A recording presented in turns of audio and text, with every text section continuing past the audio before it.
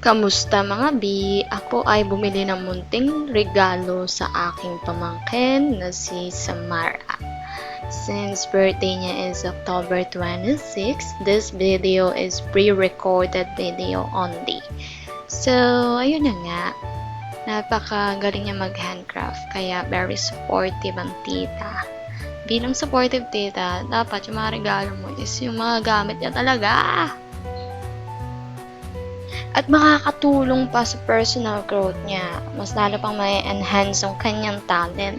Kaya kayo, pag may mga pamangkin or anak kayo na mahilig handcraft, crochet, or everything about handcraft, click the yellow basket.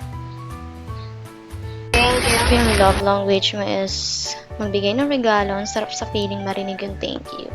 And, ayun, click the link below or yellow basket below kung saan mo man ito mapanood, sa blue app, sa black app, sa pink app, or what. Okay?